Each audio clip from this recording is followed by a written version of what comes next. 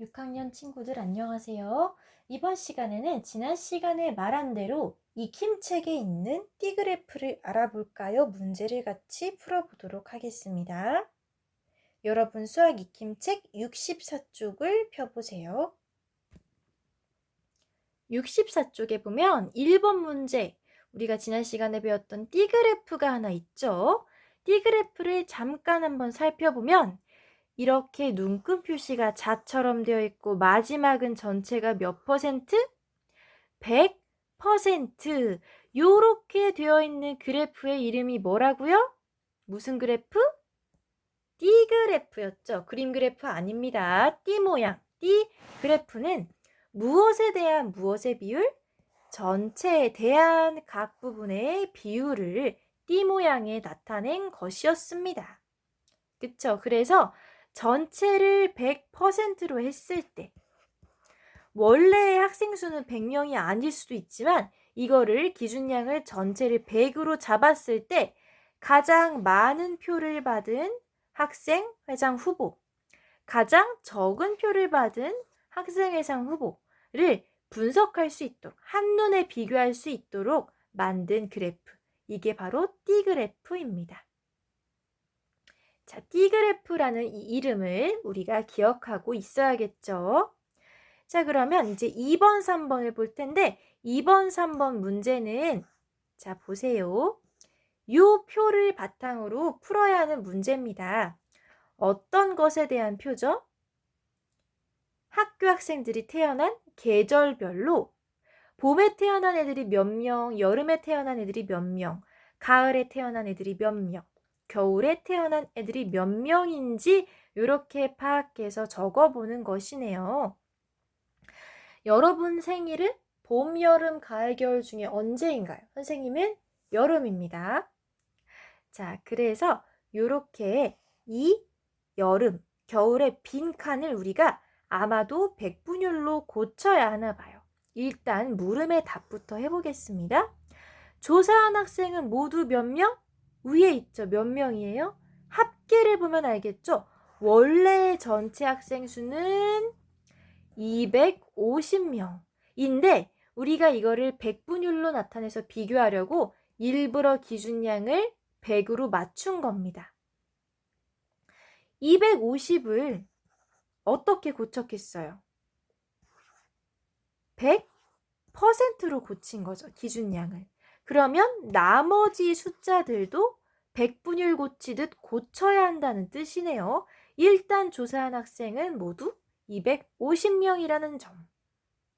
자, 그럼 봄 한번 볼게요. 봄. 이 봄에 태어난 학생이 원래는 250명 중에 몇 명이었다? 100명이었다. 그런데 이걸 우리가 백분율로 고치기 위해서 뭘 곱했겠어요? 100을 곱했죠. 약분하고 5, 5, 25, 5, 20 해서 보니까 5분의 200 돼서 40%가 나왔을 것이다. 이 100을 250분의 100을 해서 백분율로 고친 게 40이 나왔을 것이다 라고 우리가 예상할 수 있을 겁니다. 자, 그러면 봄, 여름, 가을, 겨울 네모칸 안에 각각 알맞은 수를 써넣으라고 했는데요. 지금 여름이랑 겨울 게 비어져 있죠? 여름, 겨울 거를 계산을 해보겠습니다.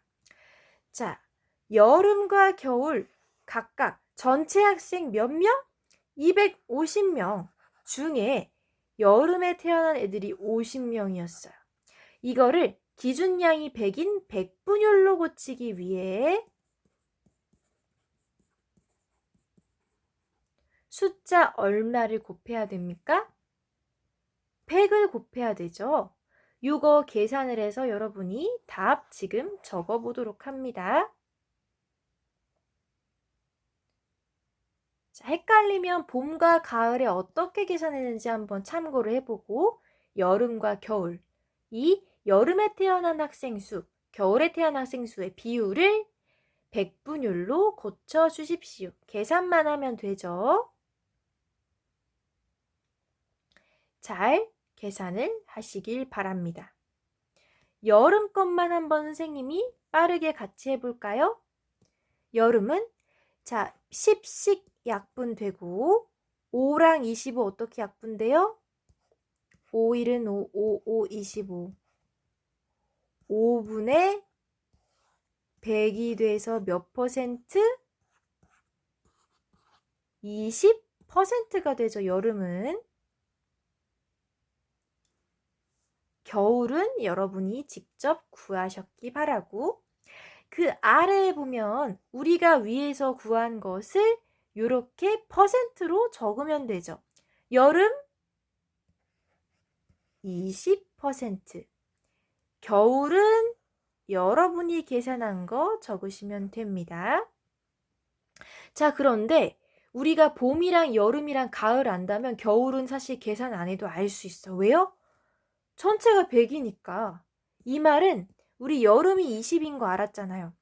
봄 40%, 여름 20%, 가을 30% 더하기 겨울 하면 얼마 나와야 돼요? 100 나와야 합니다. 봄이랑 여름 더하면 60, 60에다가 가을 더하면 30, 봄, 여름, 가을 다 합친 게 지금 90%예요. 다 합치면. 그럼 겨울 얼마겠어요? 10%겠죠. 왜? 봄, 여름, 가을, 겨울 다 합쳐서 100 나와야 되니까. 우리나라에 사계절 말고 또 다른 계절 없잖아요. 그쵸? 봄, 여름, 가을, 겨울 다 합치면 100%가 되도록 빈칸을 채우셔야 됩니다. 여기에 기타가 생기면 이제 이상해지는 거예요. 봄, 여름, 가을, 겨울 외에 다른 계절은 없는데 기타가 생길 수가 없죠. 자, 그러면 비교적 쉽게 이 빈칸을 채워보시고 다 채우신 분들은 익힘책 65쪽으로 넘어와 주십시오.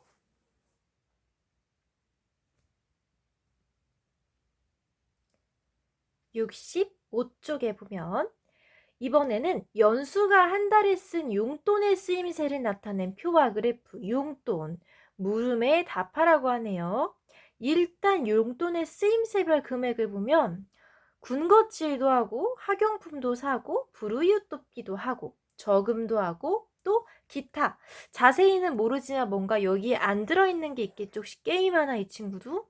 게임할 수도 있고 책을 사서 볼 수도 있고 부모님께 선물을 할 수도 있고 친구한테 또는 동생에게, 형 누나에게 선물을 할 수도 있겠죠. 어쨌든 기타까지 다 합쳐서 얼마인지 우리가 아마도 이따가 계산을 해야겠네요.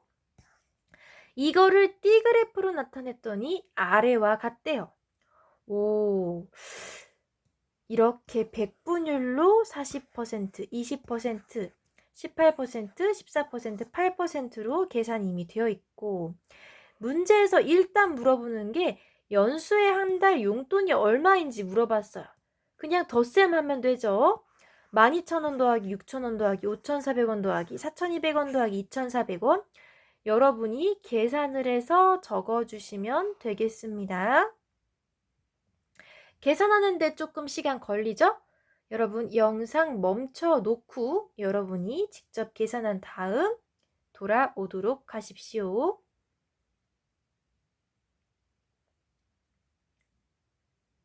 자, 계산해 보셨나요? 자, 그러면 다음 문제.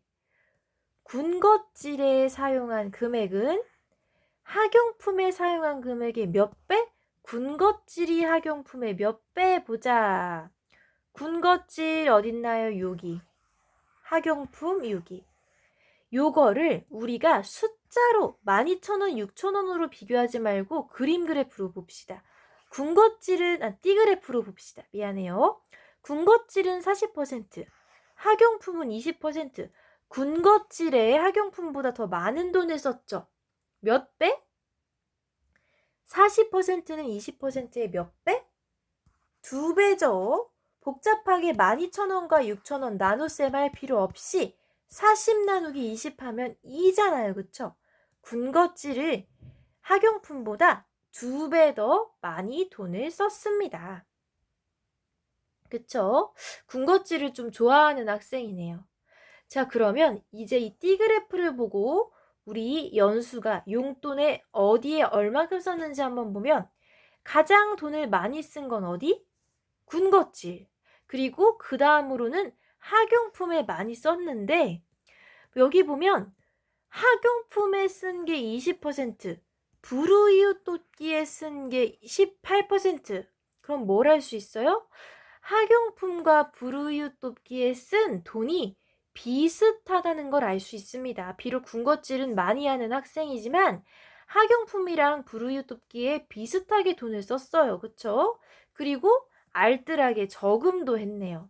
그리고 알 수 없는데 뭔가 여기 학용품, 불우이웃 돕기, 저금, 군것질 외의 항목에도 8%만큼의 용돈을 썼다라는 거 등등등을 알 수 있습니다.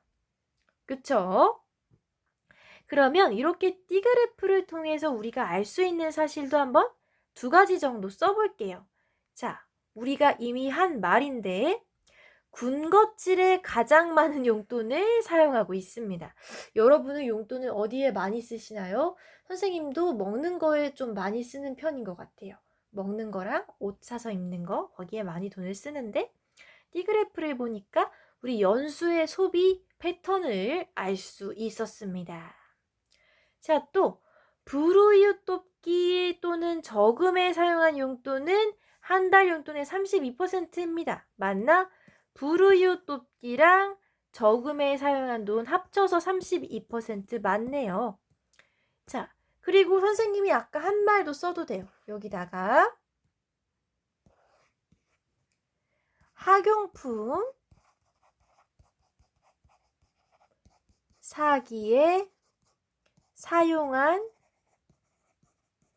용돈은 불우이웃 돕기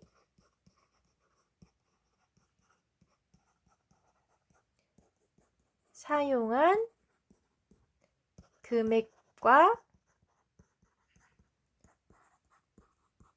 비슷합니다.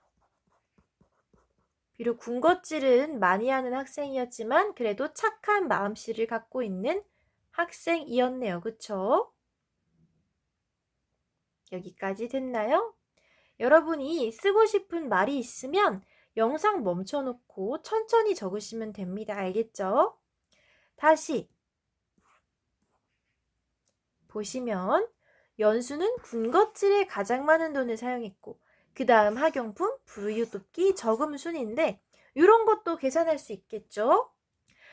학용품과 불우이웃 돕기를 더해서 38%므로 학용품에 쓴 돈과 불우이웃 돕기에 쓴 돈을 합쳐도 군것질에 쓴 돈보다는 적습니다. 뭐 이런 식으로 더 자세한 분석을 할 수도 있겠네요. 또는 불우이웃 돕기에 쓴 돈과 저금하는 데 쓴 돈을 다 더해도 군것질에 쓴 돈이 더 많습니다. 왜냐하면 얘네 둘 더해봤자 32%니까요. 이 정도로 군것질의 돈을 많이 씁니다. 등등등 우리 띠그래프를 바탕으로 여러 가지 추리를 할 수가 있었네요. 그쵸? 이렇게 우리가 띠그래프를 보고 알 수 있는 사실들이 여러 가지 있었습니다.